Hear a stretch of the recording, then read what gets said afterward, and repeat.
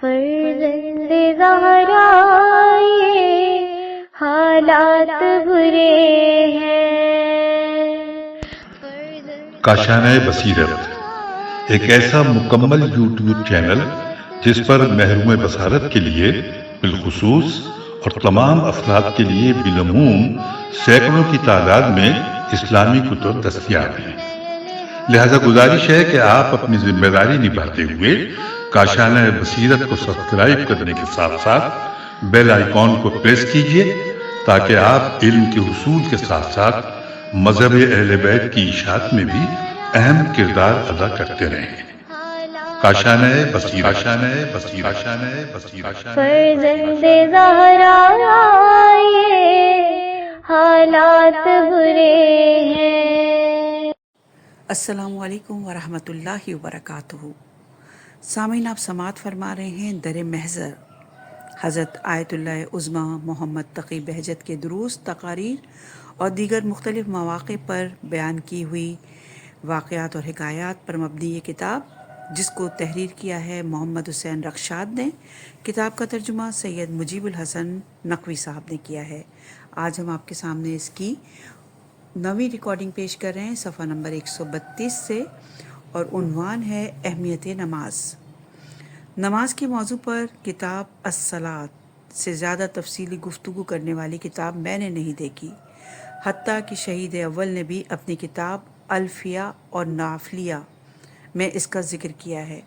الفیہ میں نماز سے متعلق 1000 ضروری احکام بیان ہوئے ہیں، اور نافلیہ میں نماز سے متعلق 3000 مستحبی احکام بیان کیے گئے ہیں۔ امیر المومنین علی بن ابی طالب علیہ السلام نماز کے بارے میں فرماتے ہیں، اور تم جان لو کہ تمہارے سارے اعمال نماز کے تابع ہیں۔ نہج البلاغہ صفحہ نمبر 383 پر یہ مولا کا بیان موجود ہے۔ ہم نے خود اپنی زندگی میں بعض علماء کو دیکھا کہ وہ نماز کو اس قدر زیادہ اہمیت دیتے تھے کہ یوں محسوس ہوتا تھا کہ ان کی زندگی میں نماز کے سوا اور کچھ بھی اہم نہیں۔ صفحہ نمبر 133، عنوان ہے آثار و برکات نماز۔ ابھی تک نماز سے متعلق میں نے اس روایت سے زیادہ بلیغ اور وسیع و بامعنی روایت نہیں دیکھی، یعنی نماز مومن کی معراج ہے، اور یہ روایت بہار الانوار کی جلد نمبر 79 صفحہ نمبر 247۔ ایک اور روایت میں ہے کہ اگر نماز گزار کو یہ اندازہ ہو جاتا کہ جلال الہی میں سے کس قدر اس کے شامل حال ہوتا ہے تو وہ کبھی نماز سے روگردانی نہ کرتا۔ اس روایت کو مختلف طرح سے بیان کیا گیا ہے۔ ایک جگہ اس طرح ہے کہ اگر نماز گزار یہ جان لیتا کہ اس نماز میں کیا چھپا ہوا ہے تو وہ ہرگز اس سے منہ نہ موڑتا، اور یہ روایت کافی جلد نمبر 3 صفحہ نمبر 265، وسائل شیعہ جلد نمبر 4 صفحہ نمبر 32 پر ہے۔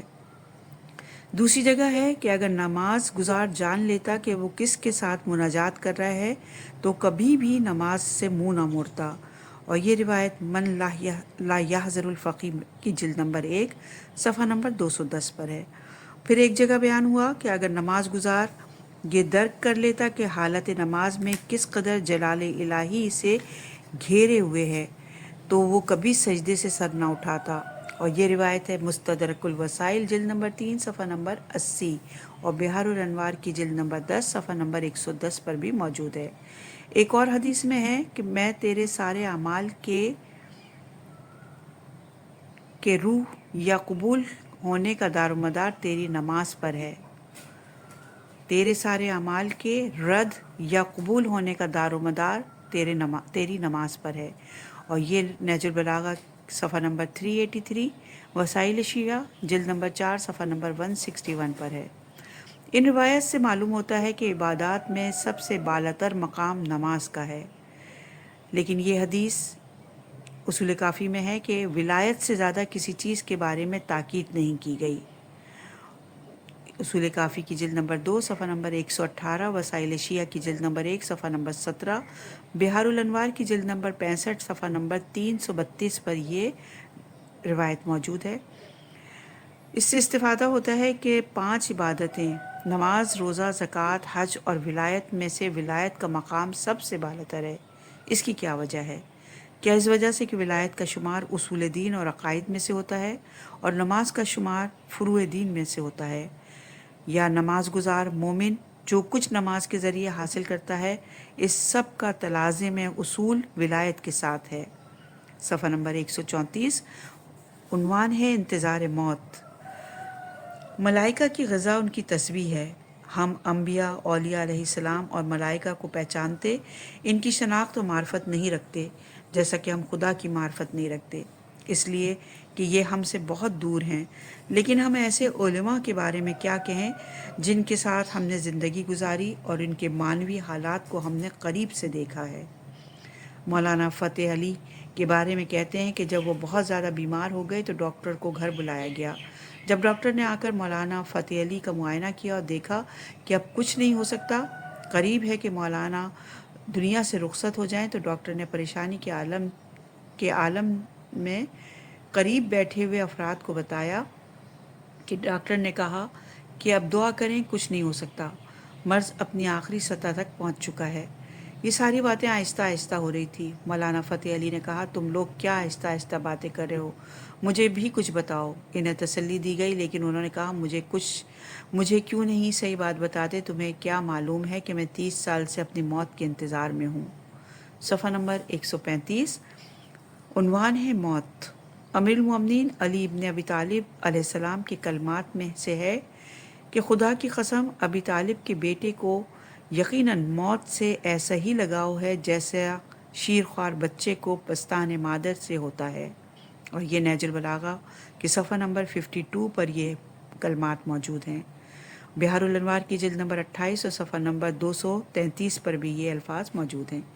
سید الشہداء سلام اللہ علیہ فرماتے ہیں، میں اپنے گزشتہ لوگوں سے کس قدر انس رکھتا ہوں اور ان کے لیے کتنا تڑپتا ہوں، جیسے حضرت یعقوب اپنے بیٹے حضرت یوسف کے لیے تڑپتے تھے۔ یہ روایت بحار الانوار کی جلد نمبر 44 صفحہ نمبر 366، کشف الغمہ صفحہ نمبر 29، لہوف صفحہ نمبر 60 پر موجود ہے۔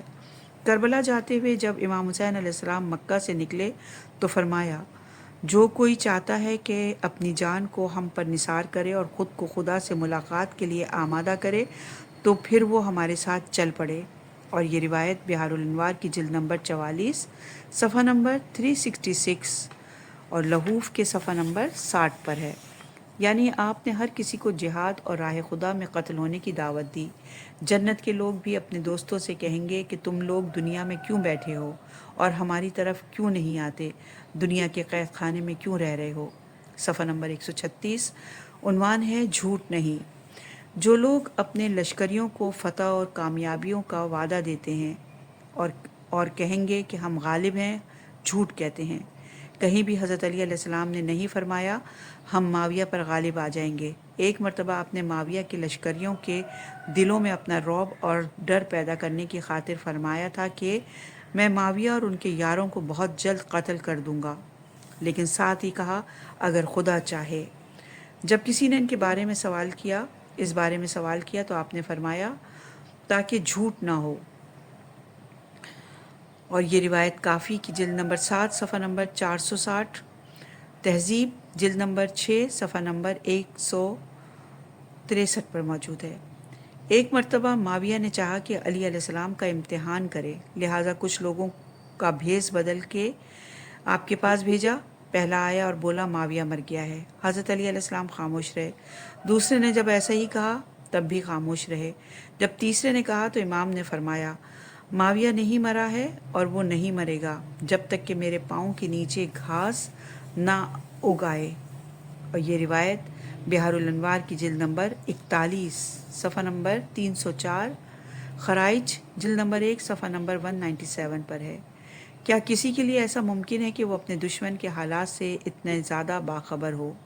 صفحہ نمبر 137، عنوان ہے منصور اور معاویہ۔ منصور جو کہ اس قدر ظالم بادشاہ تھا کہ چھوٹی چھوٹی بات پر قتل کرنے کا حکم صادر کیا کرتا تھا، جب خود بیمار ہوا اور اس کی موت کا وقت قریب آ گیا تو کہنے لگا مجھے حرم پروردگار کی طرف لے جاؤ۔ اور یہ روایت تاریخ طبری جلد نمبر 6 صفحہ نمبر 350، تاریخ ابن خلدون جلد نمبر 3 صفحہ نمبر 205 پر ہے۔ اس کی خواہش تھی کہ میں حرم کے اندر مروں اور اس سے باہر میری موت واقع نہ ہو تاکہ مجھ پر پروردگار کی رحمت ہو سکے۔ اسی طرح تاریخ بتاتی ہے کہ جب معاویہ کی موت کا وقت قریب آیا تو اس نے کہا مجھے ارحم الراحمین کے حوالے کر دو اور چلے جاؤ۔ ہم اس بات سے انکار نہیں کرتے کہ انسان دم مرگ پروردگار کی رحمت کا پروردگار ہوتا ہے، رحمت کا امیدوار ہوتا ہے، لیکن ہم بتانا یہ چاہتے ہیں کہ قابلیت اور اہلیت بھی دیکھی جاتی ہے۔ ایک شخص ساری زندگی اسفل السافلین میں شمار ہو رہا اور ایک شخص ساری زندگی آمنوا وعملوا الصالحات میں شامل رہا، تو آخر دم میں ان کی امید میں بھی فرق ہوگا، کہاں معاویہ اور کہاں سلمان فارسی۔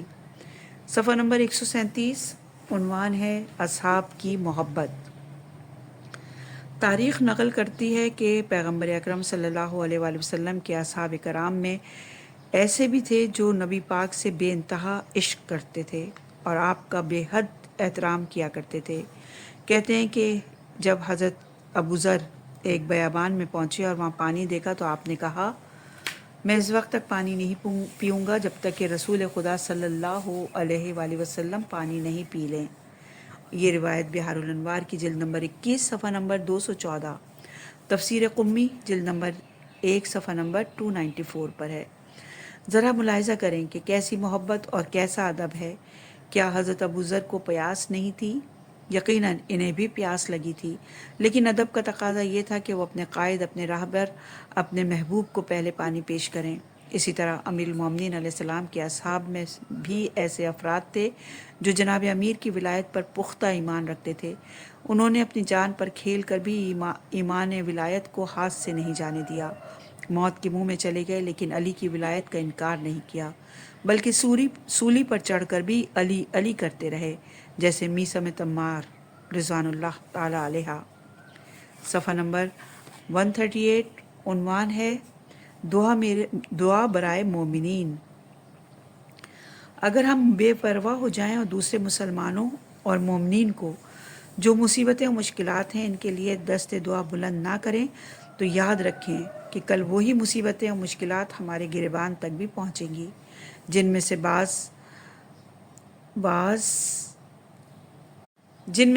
جن کا مشاہدہ ہم آج بھی کر رہے ہیں۔ ہم نے دیکھا کہ ہمارے شہروں میں کیمیکل بم گرائے گئے اور کیسے کیسے ہماری تباہی کا سامان کیا گیا۔ ہمیں سوچنا چاہیے، کیا ہمیں دینی خطرے کے لیے چارہ اندیشی نہیں کرنی چاہیے؟ کیا ہم یوں ہی چھوڑ دیں اور لاپرواہ ہو جائیں؟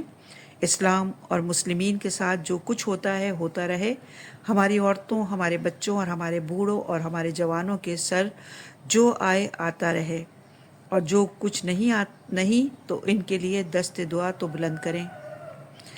صفحہ نمبر 138 عنوان ہے مصائب تقسیم ہوئے ہیں۔ کمیونسٹ سوچ اصل میں حسد کی بیماری ہے، اس لیے کہ انہیں ایک ہی فکر لاحق ہوتی ہے کہ دوسرے کے پاس کیا کچھ ہے اور میرے پاس نہیں۔ کمیونسٹ سوچ کا حامل شخص اس بات سے غافل ہے کہ نعمات خدا کا انحصار صرف مال و دولت میں نہیں۔ کیا ایک دولت مند شخص کے پاس کسی غریب سے زیادہ صحت ہوتی ہے؟ کسی غریب سے زیادہ اولاد ہوتی ہے؟ کسی غریب سے زیادہ سکون اور آرام ہوتا ہے؟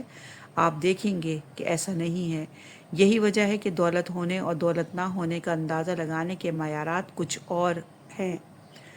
اور یہ روایت ملاحظہ کیجئے کہ مصائب بطور مساوی لوگوں کے درمیان تقسیم کیے گئے ہیں، اور یہ روایت ہے مستدرک الوسائل جلد نمبر 2 صفحہ نمبر 481، بحار الانوار جلد نمبر 75 صفحہ نمبر 53، تحفہ العقول صفحہ نمبر 214، الدعوات صفحہ نمبر 288، غرر الحکم صفحہ نمبر 101 پر یہ روایت موجود ہے۔ صفحہ نمبر 139 ہے اور عنوان ہے بہترین ختم۔ ایک آدمی نے دوسرے سے کہا کہ ان دنیاوی مصیبتوں سے چھٹکارے کے لیے کوئی بہترین ختم یا ذکر بتاؤ۔ دوسرے آدمی نے جواب میں کہا، ہاں میرے پاس ایک مجرب ختم ہے۔ وہ ختم فقہ آل محمد صلوات اللہ علیہم اجمعین ہے۔ اس راہ میں تعلیم و تعلم کرو، بحث و مباحثہ کرو، مذاکرہ فقہ میں مشغول رہو، خدا ہی جانتا ہے کہ اس کے کیا کیا اچھے اثرات ہیں۔ علم فقہ کے عجیب اثرات ہیں، لیکن کوئی اس لیے علم فقہ حاصل نہ کرے کہ وہ کل کو ظالم حکمرانوں کی مدد کرے گا، اس لیے کہ علم فقہ کو اس لیے حاصل کرنا چاہیے تاکہ اس کے ذریعے سے انسان تمام بالقوہ کمالات کو اپنے اندر بالفعل حاصل کر لے۔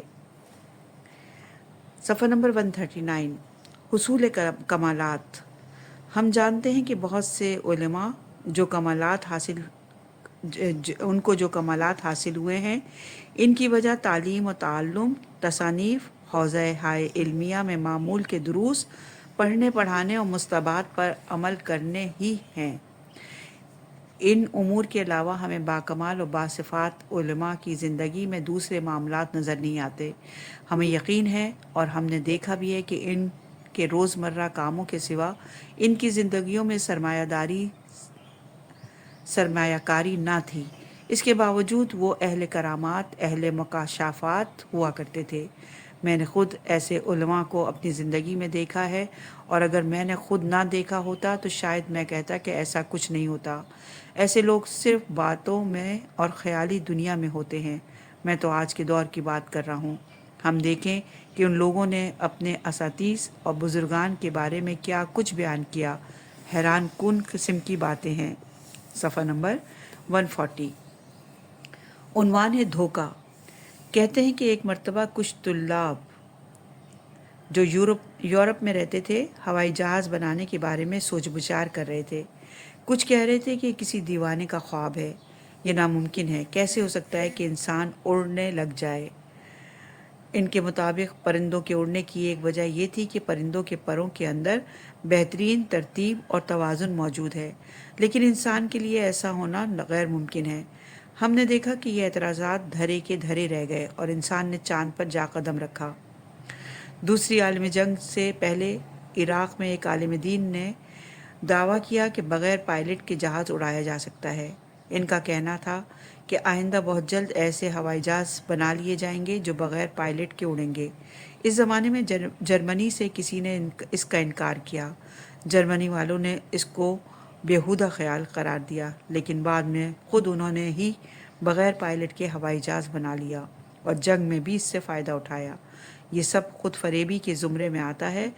دنیا خود ایک دھوکہ جیسی ہے۔ صفحہ نمبر 141، عنوان ہے آغاز و انجام۔ جب حکومت خوارج یا ان جیسے وحشی لوگوں کے ہاتھوں میں آ جائے تو السلام یعنی اسلام کے ساتھ پھر ہمیں خدا حافظی کر لینی چاہیے، اس لیے کہ مساجد اور قبور کی بے حرمتی اور انہیں گرانا ایسے لوگوں کے لیے پانی پینے کے جیسا آسان ہے۔ جب ان کی جد کو حکومت ملی تھی تو اس نے کعبے کے غلاف کو پکڑ کر کہا، سوائے اللہ کے کوئی معبود نہیں ہے، وہ ایک ہے، وہ ایک ہے، وہ ایک ہے۔ اس نے اپنا وعدہ پورا کیا، اس نے اپنے بندے کی مدد فرمائی اور اپنے لشکر کو عزت عطا فرمائی۔ اس کے بعد عوام کے درمیان یہ مشہور کیا گیا کہ یہ شخص خالص توحید کو نافذ کرنا چاہتا ہے، لیکن اس شخص نے برسر اقتدار آتے ہی کعبے سے چوریاں شروع کر دیں۔ اس نے صرف کعبے سے ہی نہیں بلکہ حرم رسول خدا سے بھی قیمتی چیزیں چرا لیں۔ 8 سال تک عثمانی حکومت نے اس کی بھرپور حمایت کی اور اس نجدی ٹولے کا استنبول میں استقبال کیا گیا اور اسے ترکی کی سیر کروائی گئی۔ ترکی عثمانی حکومت نے اپنی سیاسی ساکھ کو مضبوط کرنے کی خاطر نجدی ٹولے کو اپنے حق میں استعمال بھی کیا۔ سید محسن امین نے حرمین سے چوری ہونے والی اشیاء کی فہرست ان کی قیمت سمیت تیار کی تھی۔ انہوں نے لکھا کہ بعض بیش بہا قیمتی چیزوں کی قیمت کا تعین کرنا غیر ممکن ہے۔ ملکی وسائل و ذخائر کو ملک و قوم کی خدمت کے لیے استعمال کیا جانا چاہیے، لیکن عرب شہزادے ملکی دولت کو امریکہ اور یورپ میں جا کر لٹاتے رہے ہیں۔ بقی کے بارے میں بتایا جاتا ہے کہ وہ جگہ موقوفہ ہے، اس بنا پر یہ جگہ عوام الناس کے لیے کھول دینی چاہیے۔ اس جگہ کو عموماً مسلمین کے مصالحے میں استعمال کیا جانا چاہیے۔ ان عربوں کو کیسی بیہودہ حکمت ہے کہ باغ فدق کو جناب امیر اور بی بی زہرا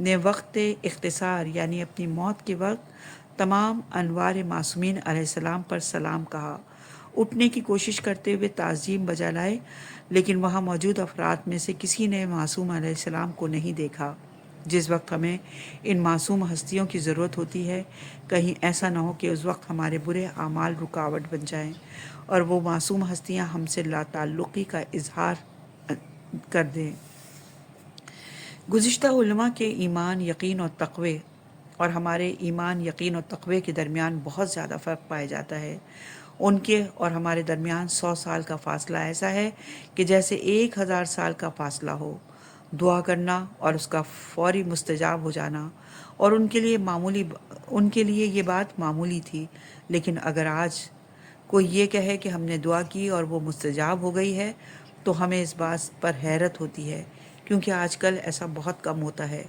کہتے ہیں کہ ایک شخص جس کی وفات اور الحاج شیخ عبد الکریم حائری کی وفات میں 1 ہفتے کا وقفہ تھا۔ ایک مرتبہ وہ مشہد مقدس میں تھا اور اس کے گھر والے عراق میں تھے۔ وہ امام رضا علیہ السلام کے حرم مطہر میں مشرف ہوا۔ اس نے عرض کی، میرے گھر والے عراق میں ہیں اور میں مشہد میں ہوں، براہ کرم مجھے سفر کا خرچہ عنایت فرما دیں تاکہ میں اپنے بچوں کے پاس عراق پہنچ جاؤں۔ ابھی اس کی بات تمام نہیں ہوئی تھی کہ ایک آدمی اس کے پاس سے گزرا اور اس نے کچھ رقم اس کے ہاتھ میں تھما دی۔ دعا کرنے والے نے جب رقم کو گنا تو ایک مرتبہ امام کی زری کی طرف رخ کرتے ہوئے کہتا ہے کہ آپ کا کرم اس سے زیادہ ہے۔ اس کے بعد فوراً ہی ایک شخص اور آیا اور اس نے کچھ مزید رقم اسے دی۔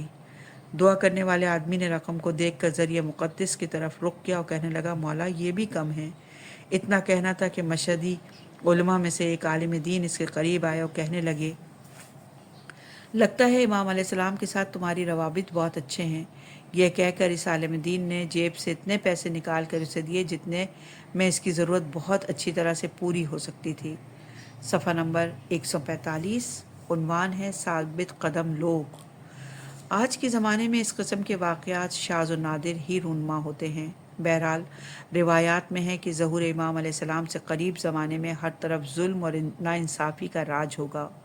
دنیا ظلم و ستم سے بھر جائے گی، اور یہ روایت اصول کافی کی جلد نمبر 1 صفحہ نمبر 341، بہار الانوار کی جلد نمبر 3 صفحہ نمبر 268، جلد نمبر 24 اور صفحہ نمبر 238 پر، اور جلد نمبر 26 اور صفحہ نمبر 262 پر بھی یہی روایت موجود ہے۔ ایسے حالات میں جو لوگ دین اور ایمان پر باقی رہیں گے، ان کا دین اور ایمان پر باقی رہنا کسی معجزے سے کم نہ ہوگا۔ پروردگار کی خاص عنایات اور الطافات کے باعث ایسا ممکن ہو سکے گا۔ اگر پروردگار عالم کی جانب سے خاص عنایات نہ ہوئیں تو دین سے خارج ہو جانا بعید نہیں۔ وہ افراد جو حضرت ولی اثر اجل اللہ تعالی فرجہ شریف کو اپنی پناہ گاہ قرار دیں گے اور انہیں اپنا سہارا بنائیں گے تو وہ اپنے ایمان میں پہاڑ کی مانند ڈٹ جائیں گے۔ زمانے ظہور کے قریب لوگوں میں کچھ لوگ صحیح تصور امامت کا پرچار کر رہے ہوں گے۔ پلٹنے کے بعد زیادہ تر وہ لوگ جو امامت پر اعتقاد رکھتے ہوں گے قیام کریں گے، اور یہ روایت بہار الانوار کی جلد نمبر 51 صفحہ نمبر 30 اور صفحہ نمبر 157 پر بھی ہے، اور کتاب صراط المستقیم کی جلد نمبر 2 صفحہ نمبر 230، کفایت الاثر صفحہ نمبر 283 پر ہے۔ بالکل واضح ہے کہ جو افراد الہی آزمائش سے کامیاب باہر آئیں گے، انہی کے لیے پروردگار عالم کی خاص عنایت بھی ہوگی اور وہ امام زمانہ علیہ السلام کے لیے قیام کریں گے۔ صفحہ نمبر 146، عنوان ہے یونس اردبیلی۔ کیا ممکن ہے کہ بڑی آزمائش الہی میں ہم پھانسی کے پھندے کی جانب ایک قدم بھی پرسکون دل کے ساتھ اٹھا سکیں؟ اس حوالے سے سید یونس اردبیلی کا ایک واقعہ بیان کرتے ہیں کہ مسجد گوہر شہاد والے واقعے میں کچھ لوگوں کو گرفتار کر لیا گیا۔ ان میں 8 عدد علماء بھی تھے۔ کسی کو کچھ پتہ نہ تھا کہ انہیں کہاں لے جایا گیا، کسی کو خبر نہ تھی کہ انہیں پھانسی دے دی جائے گی یا چھوڑ دیا جائے گا۔ کہتے ہیں کہ نجف میں سید ابو الحسن اصفہانی کو جب اس واقعے کی خبر ملی تو انہوں نے ایران کے بادشاہ کو ایک ٹیلی گرام بھیجا۔ پہلی مرتبہ یہ ٹیلی گرام واپس آ گیا۔ کہا گیا کہ اس میں لفظ حتماً لکھا گیا ہے، جس کی وجہ سے اسے واپس کر دیا گیا۔ دوسری مرتبہ پھر ٹیلی گرام بنام شاہ ایران روانہ کیا گیا۔ اس ٹیلی گرام میں شاہ ایران سے درخواست کی گئی کہ قیدیوں کو پھانسی نہ دی جائے اور انہیں رہا کر دی جائے۔